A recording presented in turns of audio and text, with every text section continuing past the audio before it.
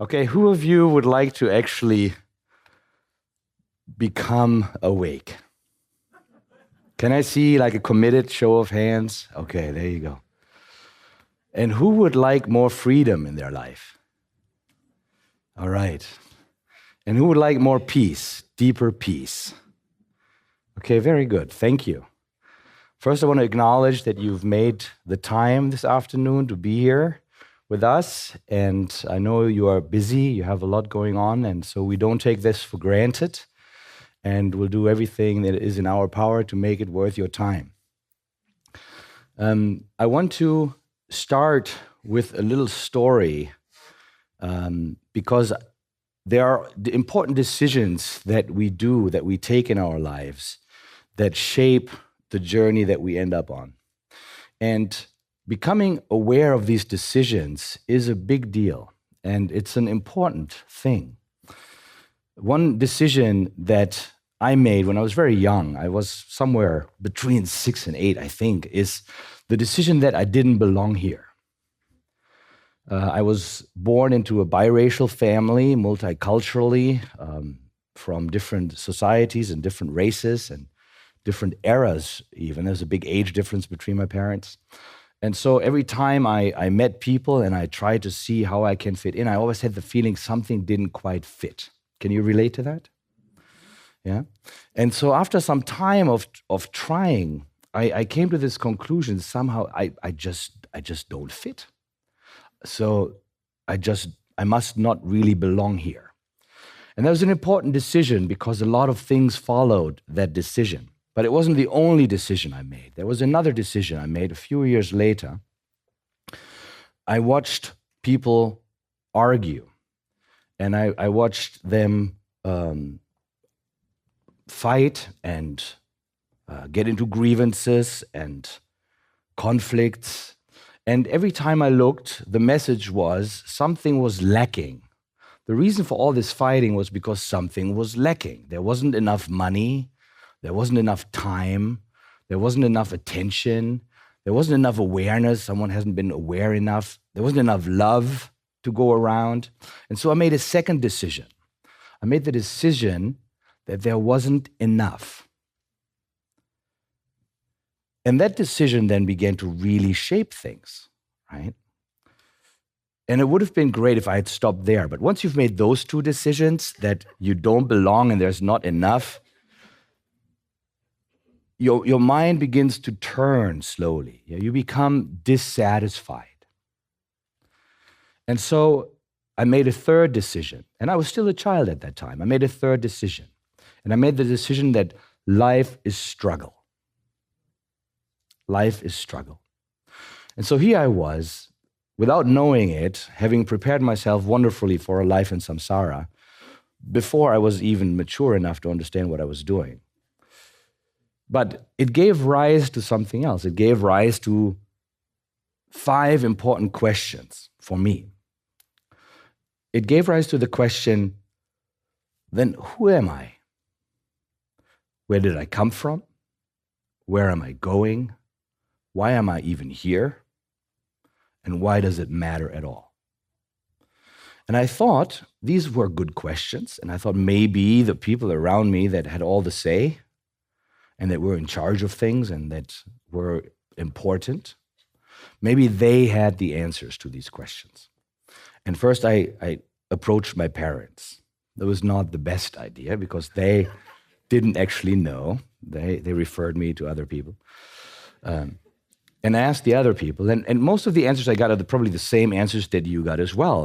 The answers were, don't ask so many questions. Some of the answers were, just follow along, just go along with the program. Just enjoy yourself, right? Play more, or go to school, get a job, find a wife, have some kids, buy a house, get a dog. And then someday, maybe you'll find the answers to these questions. So I kept this in my mind. I said, okay, I have to find someone, there must be someone that knows the answers. And this drive impetus, or let's say this drive that was initiated by the suffering, was the drive that led me to meet the first teachers in my life. Now, I'd like you to think about some of the decisions you made. What were some of the decisions you made about life and about yourself and about other people and about where we are and what is happening and why it is happening and where you're going and why that matters or doesn't matter?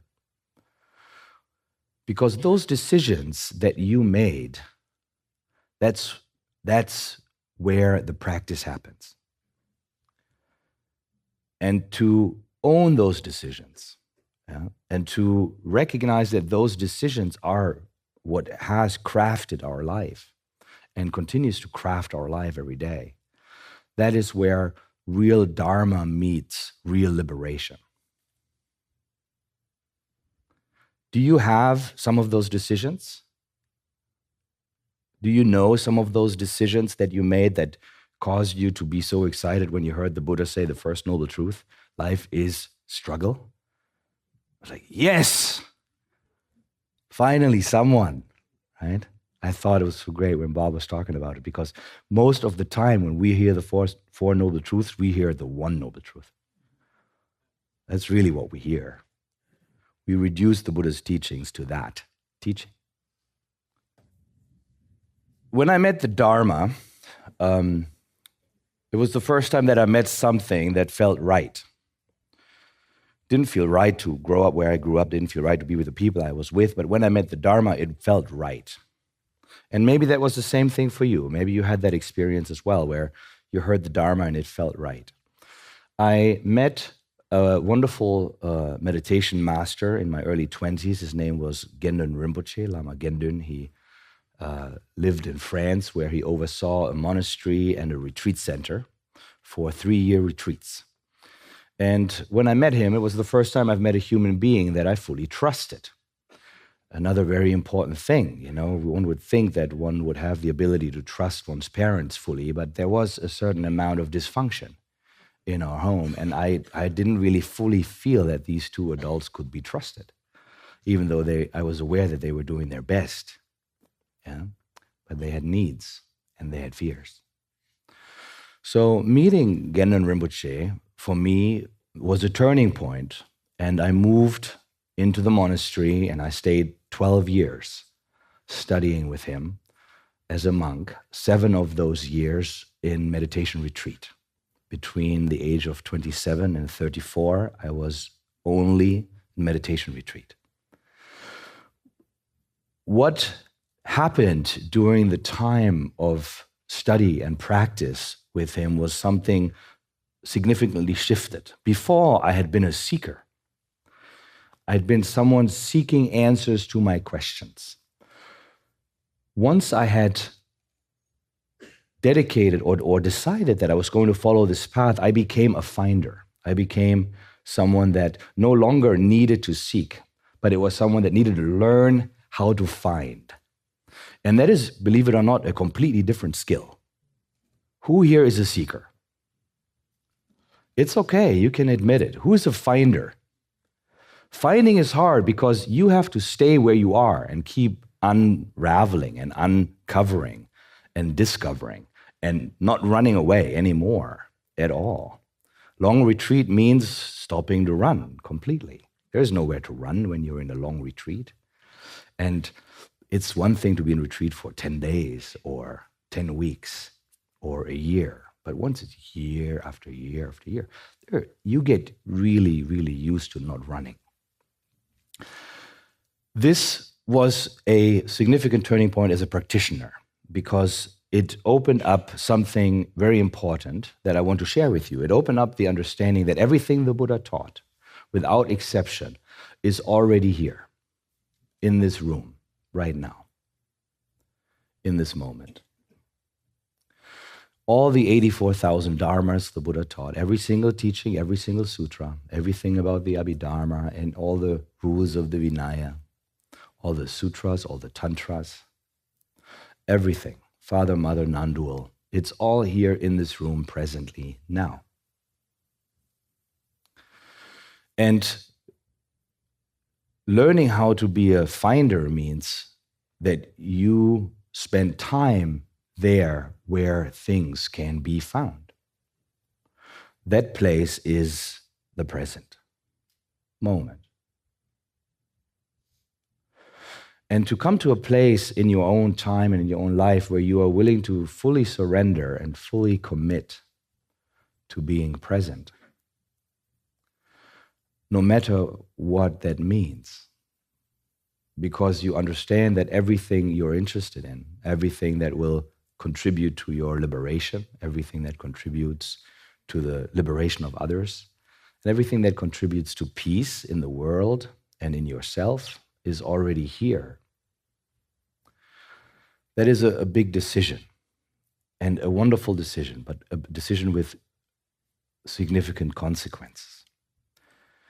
When we are not here, we are in the so-called past, or in the so-called future, or we are in our own delusions, in things that we imagine could be, would be, should be. And our times, our moments that we hear, they are interrupted by moments that we're not here. We call the moments that we hear, we call them meditation practice, 20 minutes a day. The rest of the time, we're somewhere between the past and the future. Shouldn't it be the other way around? Shouldn't we be here and every now and then not here? Like as a little accident? I was just not here for a moment. It was an accident. Because I realized you are all here. Everything the Buddha taught that I'm interested in is here. Everything that causes suffering, everything that liberates from suffering, everything that is the root of suffering, everything that comprises liberation is here. Why would you not want to be here? And yet, there's a lot that makes us not want to be here.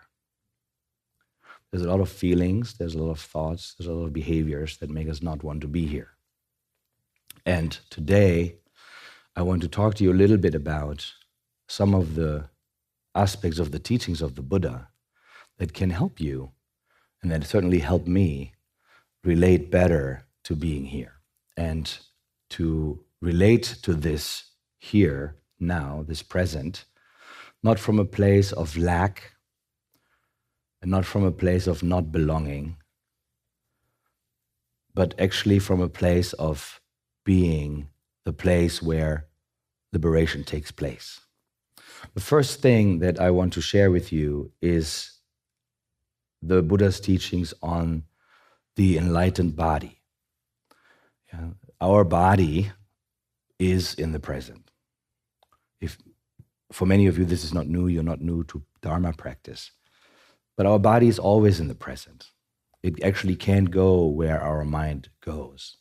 And when we are forcing the mind and the body to be split, our body has a lot of tensions, experiences a lot of tensions.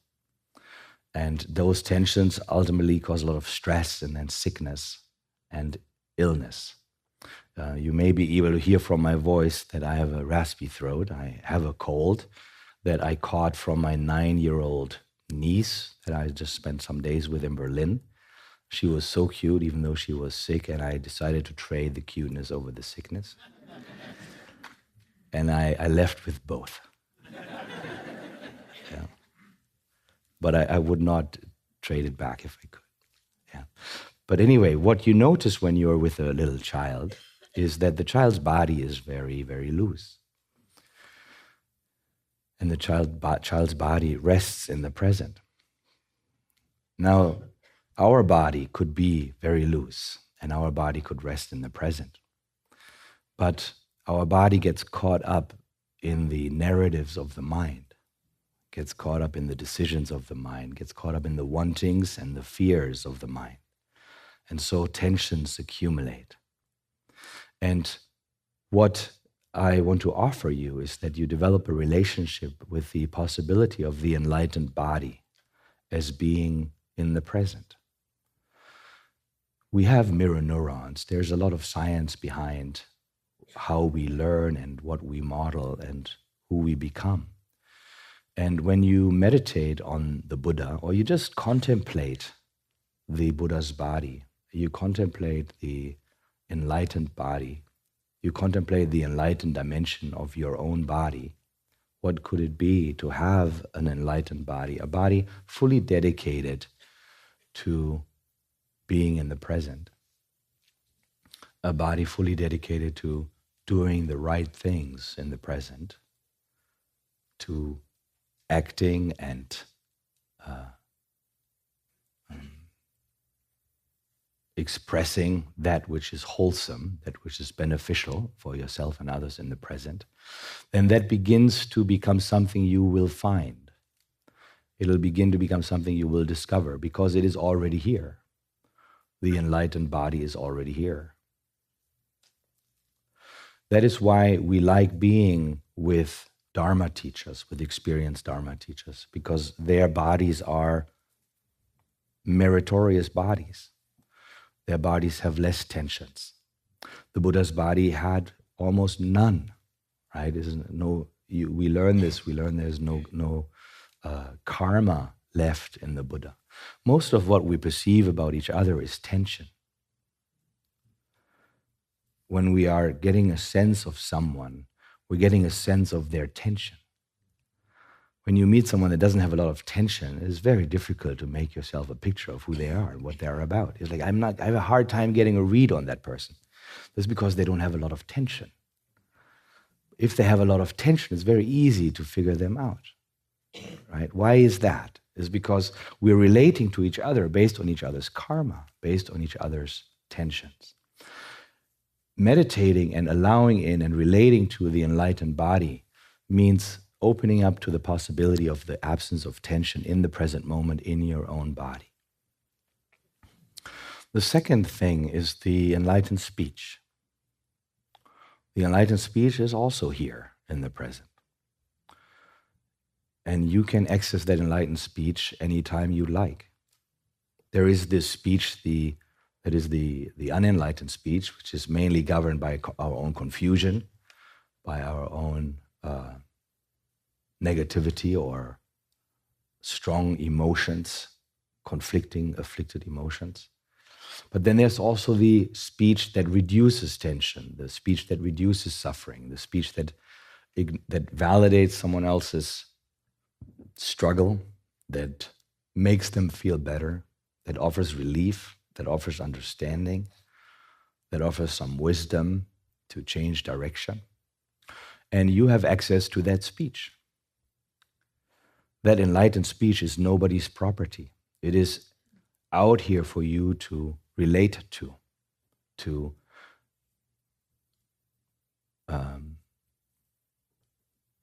mingle your own speech with. There are clear instructions that anyone who understands and has some experience of the Dharma shall share that understanding with those who have the openness to hear it, the openness to listen. Your speech is just as much part of the speech of this world and can just as well become the enlightened speech. The enlightened speech is not owned by someone. The enlightened speech is the expression of wisdom in this world. And the third aspect is the enlightened mind. The enlightened mind is also here in the present. And the enlightened mind is the mind that understands two things. And one could make it complicated, but it isn't. The two things are that there is a perceiver and there is something that is being perceived. And the perceiver has a nature and the perceived has a nature. And to understand those two things is wisdom.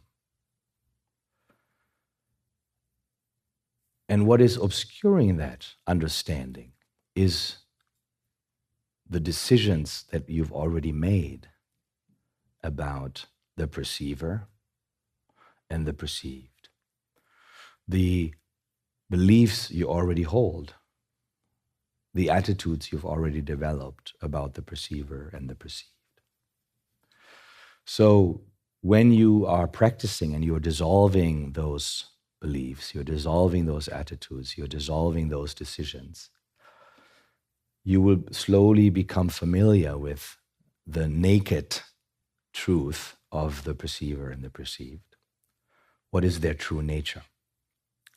That is wisdom. The teacher that offers you that understanding is what we call a root teacher.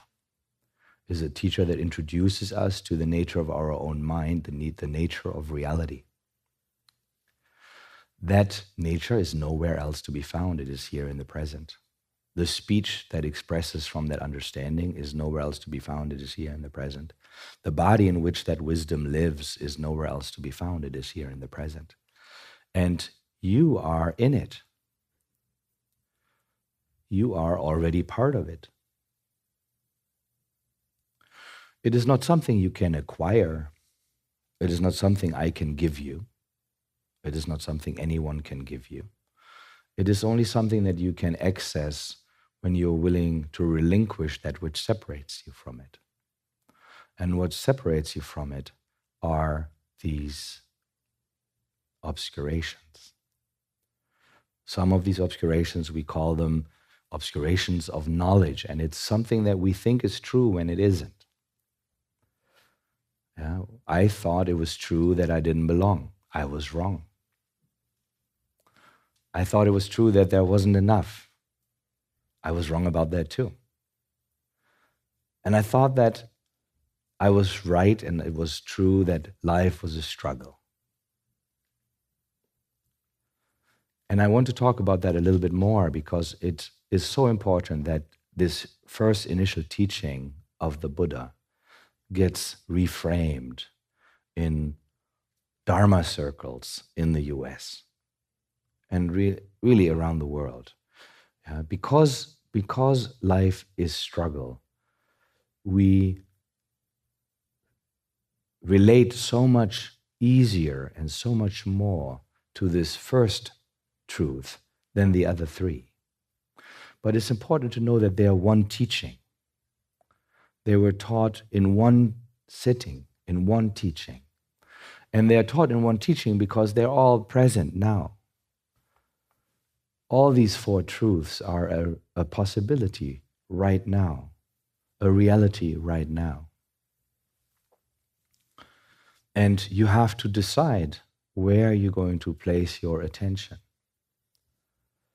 And the way that you place your attention will lead to your decisions, and your decisions will lead to your attitudes, and your attitudes will lead to your behavior, and your behavior will create that you will predominantly spend your life in the first, the second, the third, or the fourth of these truths.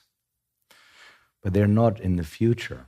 And because we learn everything linear, and because we think that progress is linear, then we think that eventually, someday, one day, we will get from this first truth to the fourth truth, but it's going to take a long time, and it's going to be a struggle.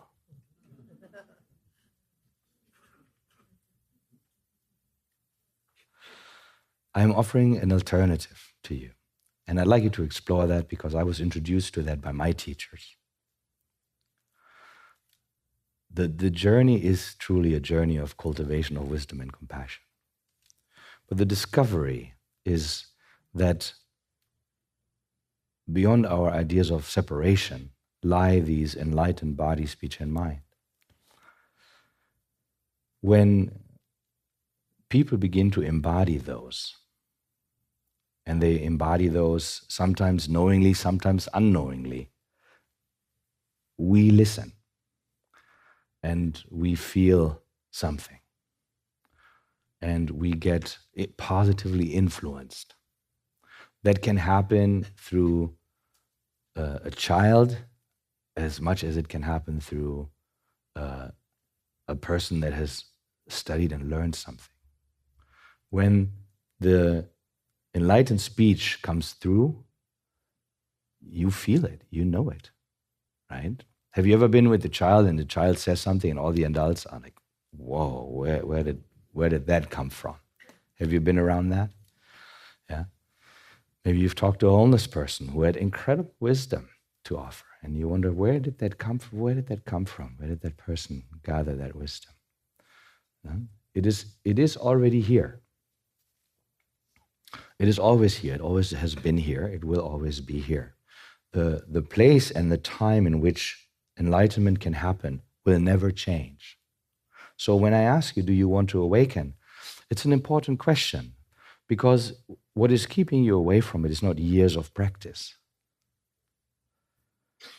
What is keeping you away from it is a shift in perspective, and then a commitment to begin to become a finder. This concept of inner wealth, to me, was introduced by a man named the Karmapa, Gyalwa Karmapa. The Karmapas are the heads of the Karma Kagyu lineage, which is one Vajrayana school of Buddhism, dates back to India and then developed in the Himalayas and spread now throughout the world. And I felt very inspired when I heard this concept of inner wealth, because I think it represents everything that I've learned in my years of practicing with awakened beings. Is that this source of wisdom and compassion is not something we have to seek. It is something that we have to acknowledge. And that when we begin to acknowledge it, and we begin to acknowledge it in ourselves, and then we begin to acknowledge it in others, it begins to show up more and more and more and more. I think we're living in a time, as you know, where scarcity and lack are creating a lot of negativity and conflict. And in a time where our sense of belonging is very easy to get lost, or very easy to get segregated into partisan club membership mentality.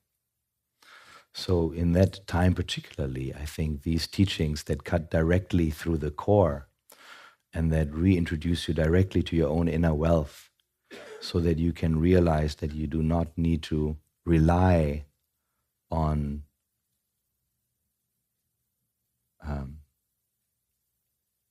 false prophets, or that you do not need to rely on paths that don't bring you the right result. Actually, that you have this option to tap into your own wisdom and become part of the enlightened body, become part of the enlightened speech, and become part of the enlightened mind. There is something magical happening in our time, which is the redefinition of the role of the teacher. And that we are more and more becoming each other's teachers and each other's students. And I hope that my little talk today will contribute to you deepening your relationship to the enlightened body, speech, and mind, and to the wealth, the inner wealth that represents, and that you will become a better student and also a better teacher to those around you. So we have a little bit of time for Q&A, and I want to see whether there are some questions that you have. Yes, please.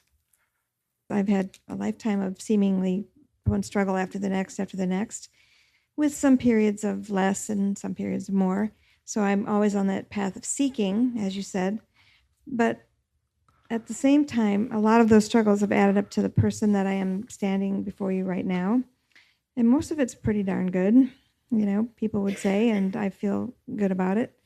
So how do you address that? And I mean, how do I look at that as, you know, was it a bad decision or not a bad decision at the time? Think of it like someone crossing an ocean, right?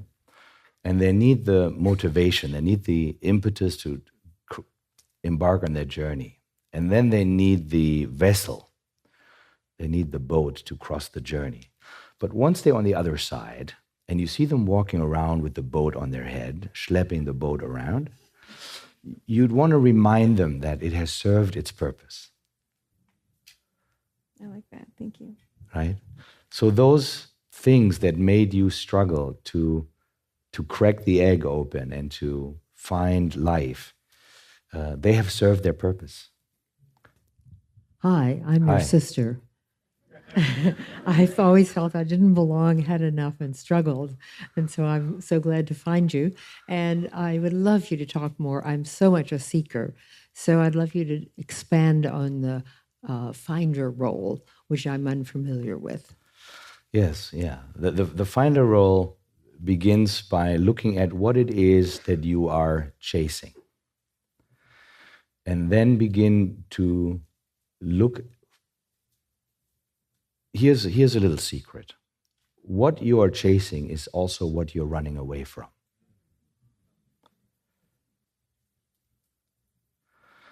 And so begin to look at where that is actually already present in your life. Maybe you're looking for more kindness and you overlook the love your dog has for you because you have no time, because you have to be somewhere, for example. Or you'd like more patience, but it's very difficult for you to take a moment and just enjoy a cup of tea or something, right? So we actually are looking for the things that at the same time we are ignoring. Yes, begin there. Yes, yeah. Begin to direct your awareness to the very thing you think is not there. Yes, it cannot be anywhere else. Like I said, everything actually is here and now. You have always been here now. When you were a year old, you were here now. When you were 10 years old, you were here now. By the time you'll be 90, you'll be here now. When you think about the past, you're doing it in the here and now. When you are imagining the future, you're doing it in the here and now. Whether you understand that or not will be a significant turning point in your life, and whether or not you'll allow yourself to be at peace and to enjoy your life, because truly everything is already here for you. Yes. Hi. Hi. This idea of this present moment, which obviously we're all striving for here today, probably. It works so well when we're sitting here and we're listening to your words of wisdom and thinking about how we can apply those to our lives. And then we walk out of here and we're, at home with a family member who just says something appalling or is mean, or you don't agree with their values or their way of being. And you're saying, okay, what is, sort of the Buddhist response to this? And I find myself sort of just Mani Padme humming myself through the conversation in my head to sort of avoid getting aroused by, these things that I don't like. And I realize that's not really the right approach, but, it's so hard in the day-to-day and trying to apply these principles and beliefs and way of being in a very imperfect, laboratory of life with things that come up all the time and are really hard to manage in the present moment. Yes. It is practice, right? So it is practice, but the thing is with practice, the hardest practice is always the first practice. So whatever it is you're practicing today, today's the hardest day. Tomorrow will be a little easier, day after a little easier, day after a little easier. That's the incredible thing with practice. Practice gets easier. The other option gets harder, right? Avoiding gets a little bit harder today than it was yesterday, right? Escaping a little bit harder today than it was yesterday, right? So this is why this is so important. We are all practitioners. No? And we work with these situations.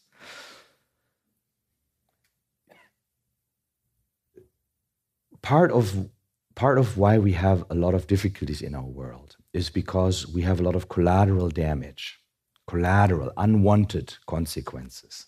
Yeah? The driver behind these unwanted consequences is desire, avoidance, or resentment and ignorance. But the consequences are not wanted. They're unwanted consequences.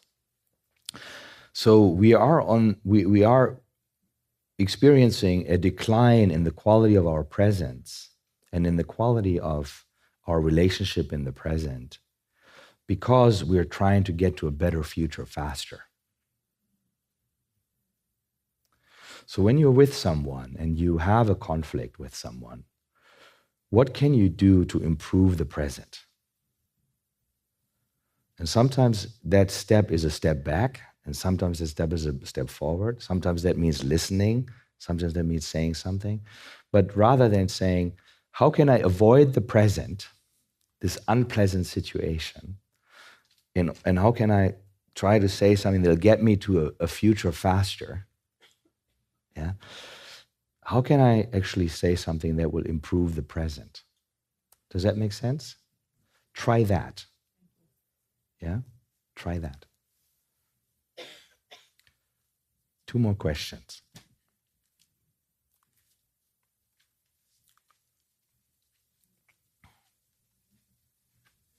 Right here, the gentleman.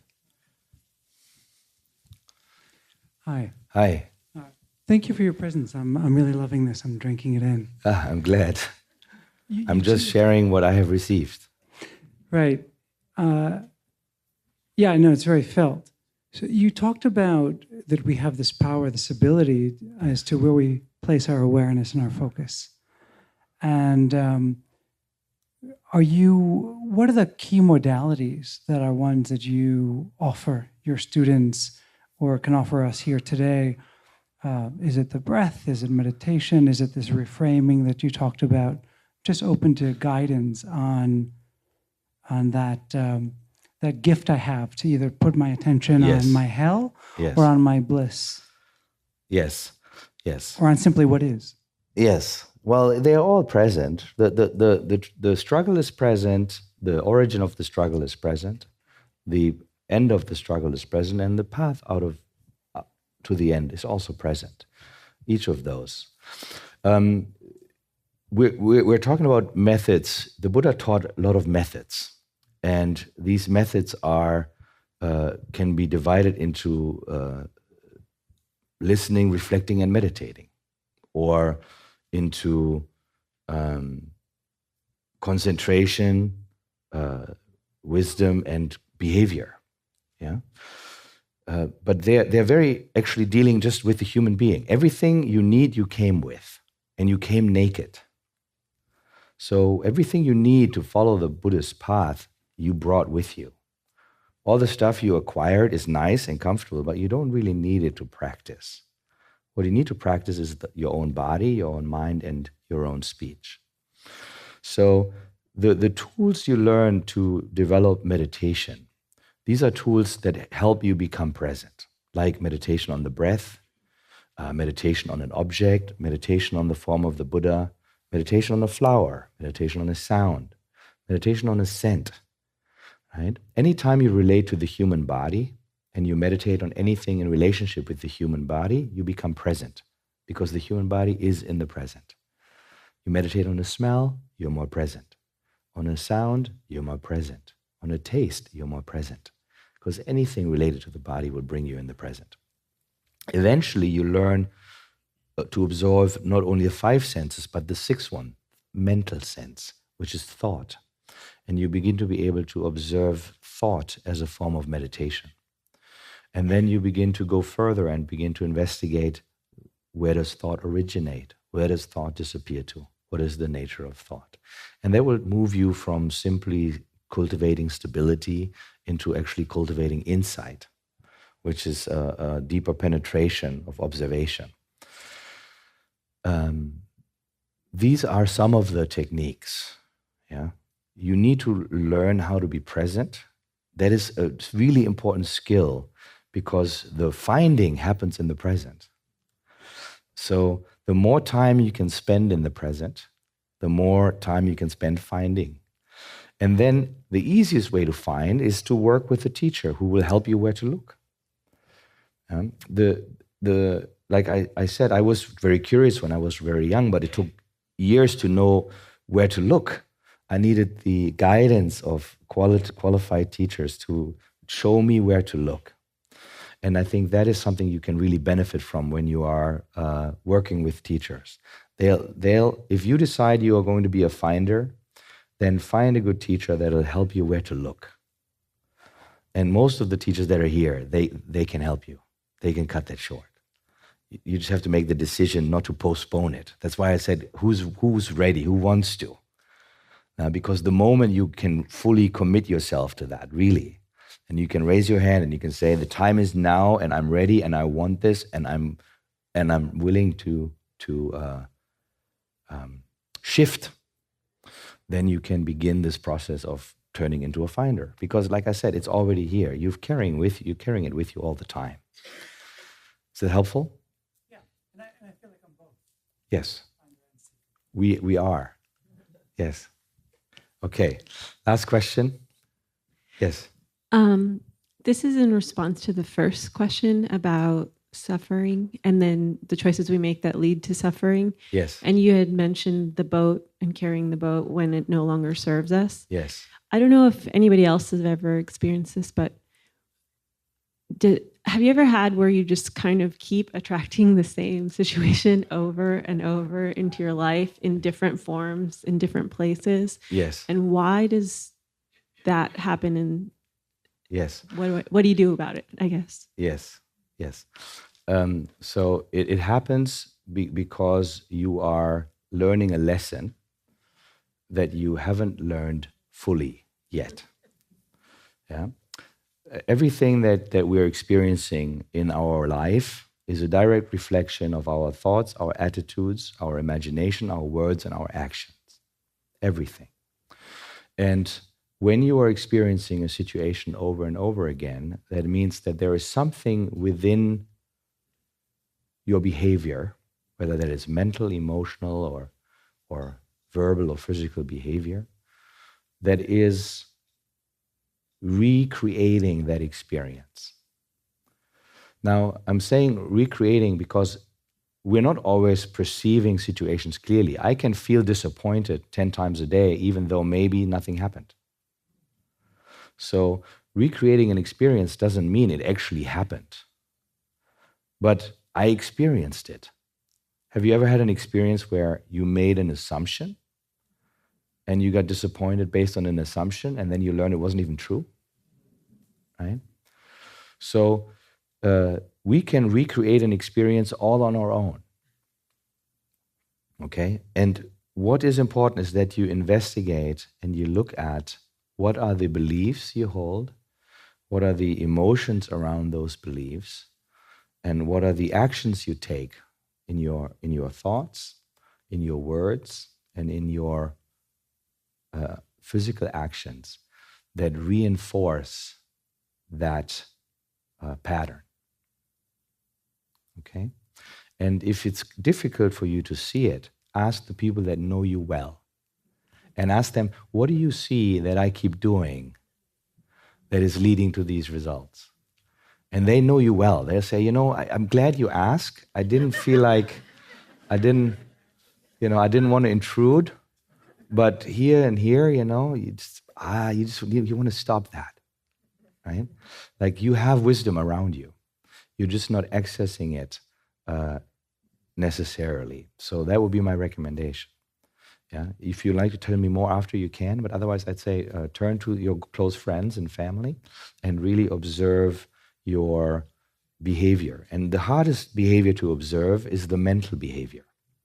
Mental behavior is when a thought that arises becomes a chain of thoughts, becomes a thought process, rather than just thinking, oh, this could be like this. You say, it could be like this. Actually, it is like this. Oh, I really don't like that. It is like this. And so it becomes a thought chain. That is called mental behavior. That's the hardest to observe and the hardest to change. But it has the most far-reaching consequences because naturally, if that changes, everything else changes as well. Thank you so much. I hope you have a wonderful afternoon.